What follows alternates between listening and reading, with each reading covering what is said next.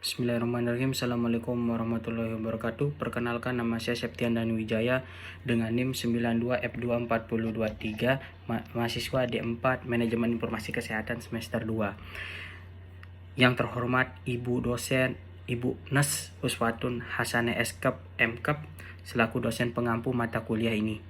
Di sini saya akan mempresentasikan tentang sistem kardiovaskuler. Yang pertama itu sistem kardiovaskuler itu tempat pertukaran oksigen dan karbon dioksida, yang dimana strukturnya terdiri dari katup mitral, katup aorta, katup pulmonalis, katup tricuspid, terus atrium kanan, atrium kiri, ventrikel kanan, ventrikel kiri, aorta, arteri pulmonalis, vena cava, dan vena pulmonalis. Struktur dan fungsi jantung. Anatomi jantung terdiri dari ruang utama yaitu atrium kanan, ventrikel kanan, atrium kiri, dan ventrikel kiri. Atrium adalah ruas jantung yang menerima darah dari tubuh dan paru-paru. Ventrikel adalah ruang bawah jantung yang memompa darah keluar dari jantung. Otot-otot jantung bekerja secara berirama dan tidak sadar. Struktur dan fungsi jantung. Fungsi jantung adalah di sini ada memompa darah ke seluruh tubuh, memompa darah dari dan menuju paru-paru, mengedarkan hormon dan zat penting ke berbagai tubuh, mencegah bercampurnya darah, mendukung sirkulasi darah ke seluruh tubuh, mengedarkan oksigen dan nutrisi penting ke setiap tubuh, dan mengangkut karbon dioksida untuk menghasilkan limbah metabolisme tubuh. Sistem konduksi jantung, sistem listrik khusus yang mengendalikan laju dan irama detak jantung.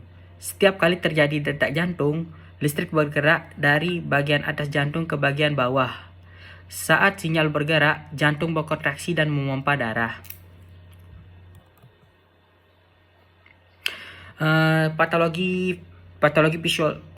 Patofisiologinya atau tanda proses dan tanda gejalanya.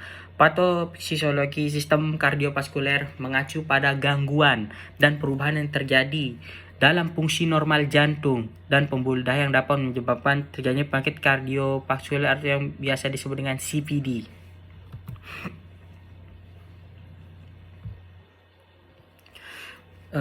Berikut adalah mekanisme utama mendasari gangguan pada jantung, cardiac disorder. Yang pertama adalah gagal jantung. Patofisiologinya adalah gagal jantung terjadi ketika jantung tidak mampu memperoleh darah secara efektif, menyebabkan penumpukan cairan di paru-paru.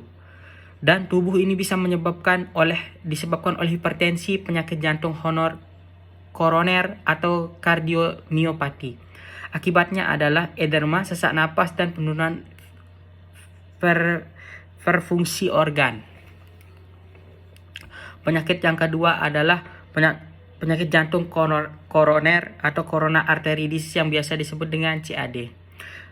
Atau patofisiologinya adalah terjadi akibat aterosklerosis, penumpukan plak kolesterol di arteri koroner yang menyebabkan penyempitan atau penyumbatan, mengurangi aliran darah ke jantung.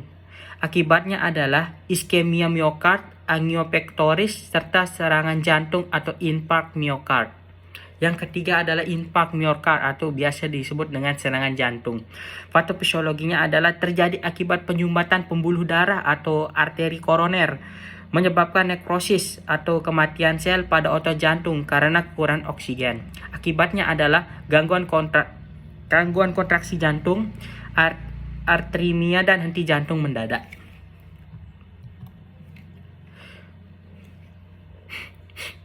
Yang selanjutnya ada aritmia jantung. Patofisiologinya adalah gangguan pada sistem konduksi listrik jantung atau biasa disebut nodusa avi serabut Purkinje yang menyebabkan irama jantung tidak teratur. Akibatnya ada palpitasi, pingsan, sinkop, atau bahkan henti jantung. Hipertrofi ventrikel. Patofisiologinya adalah penebalan dinding ventrikel akibat darah tinggi atau stenosis katup jantung yang menyebabkan peningkatan beban kerja jantung. Akibatnya adalah gangguan fungsi diastolik atau risiko gagal jantung. Gangguan pada pembuluh darah vascular disorder adalah hipertensi, tekanan darah tinggi, atau yang kita biasa sebut dengan peningkatan tekanan darah. Akibatnya adalah kerusakan organ seperti ginjal dan kerusakan organ, otak, dan mata. Atlerosklerosis, patofisiologinya adalah penumpukan plak lemak pada arteri yang menyebabkan penyempitan dan pengerasan pembuluh darah. Akibatnya adalah iskemia jaringan, stroke, atau penyakit arteri periferi.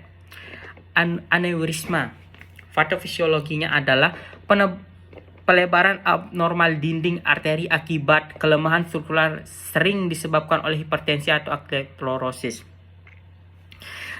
Akibat atau resikonya adalah pecahnya aneurisma yang menyebabkan pendarahan fatal, trombosis atau emboli.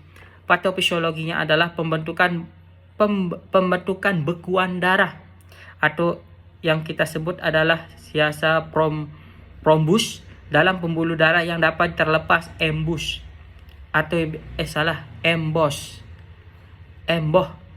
dan penyumbatan arteri di otak, jantung, atau paru-paru. Akibatnya adalah stroke, emboli paru, atau infark miokard atau henti jantung. Gangguan mikrovaskuler, retinopati, hipertensi, dan diabetik. Patofisiologinya adalah kerusakan kapiler kecil akibat tekanan darah tinggi atau diabetes menyebabkan kebocoran cairan dan pendarahan di retina. Akibatnya adalah gangguan penglihatan atau kebutaan. Yang kedua, nefropati hipertensif. Patofisiologinya adalah gangguan aliran darah ke ginjal akibat hipertensi kronis yang menyebabkan penurunan fungsi ginjal. Akibatnya adalah gagal ginjal kronis. Terminologi medis, istilah medis, singkatan, tindakan, dan penunjang. Komponen kata terkait sistem kardiovaskuler ini akan menjelaskan komponen kata umum yang terkait kardiovaskuler. Awalan umum terkait dengan sistem kardiovaskuler. A. Tidak adanya tanpa, B2 beradi lambat, D buruk, endo di dalam, epi pada, hiper berlebihan, hipo kekurangan, inteks antara, pan semua, peri mengelilingi, poli berlebihan, taci cepat, tri 3. Akar kata umum dengan pekat gangguan. Gabungan dengan sistem kardiovaskuler, angio pembuluh darah,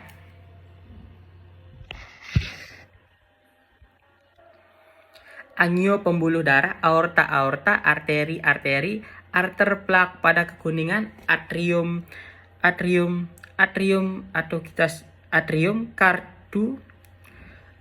kartu atau kardi atau jantung, koron, jantung mahkota atau lingkaran, H suara, elektrolistrik, Ish kekurangan, mio otot, plasma, simptomat gejala, trombo gumpalan darah, vali, valvi katup, vas kaval, vena, ventricle. Secara umum terkait dengan sistem kardiovaskuler, AC berkaitan dengan AD proses dari, AL berkaitan dengan afresis penghapusan, R berkaitan dengan sintesis tusukan bedah untuk menyedot cairan, dinia rasa sakit, ektomi eksisi pendekatan melalui pembedahan, emia kondisi kekurangan darah, genik menghasilkan atau memunculkan menyebabkan, gram rekaman gambar, grafik alat yang digunakan untuk mencatat, grafi proses perekaman, AI kondisi, IC berkaitan dengan, ion proses, itis peradangan, ilgia rasa sakit, logis spesialis, lisis itu pelonggaran, megali itu membesar atau pelebaran, oma tumor, osis kondisi, ous berkaitan, pati penyakit, penemia penurunan, peksi fiksasi bedah, plasti perbaikan bedah, poises pembentukan, sklerosis pengerasan. Contoh, istilah kardiovaskuler yang mudah diidentifikasi berdasarkan komponen kata umum yang berkaitan tentang sistem kardiovaskuler yang dapat dengan mudah didefinisikan dengan memecah istilah tersebut menjadi komponen kata.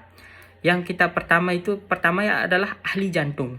Uraikan istilah kata medis menjadi komponen kata kardi garing o garing logis.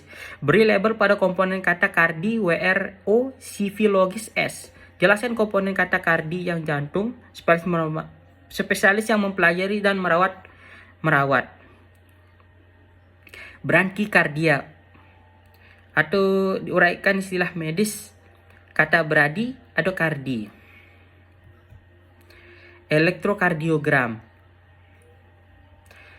Uraikan istilah medis menjadi komponen kata elektro garing o garing kardi garing o garing gram. Kesimpulannya adalah patofisiologi adalah sistem kardiovaskuler berkaitan dengan gangguan aliran darah, tekanan darah, dan fungsi jantung yang dapat menyebabkan berbagai penyakit serius. Faktor risiko utama hipertensi, atlerosklerosis, diabetes, merokok, obesitas, dan gaya hidup tidak sehat. Pencegahan dan pengobatan dini sangat penting untuk mengurangi risiko komplikasi kardiovaskuler. Mungkin sekian dari saya. Billahi taufiq wal hidayah. Assalamualaikum warahmatullahi wabarakatuh.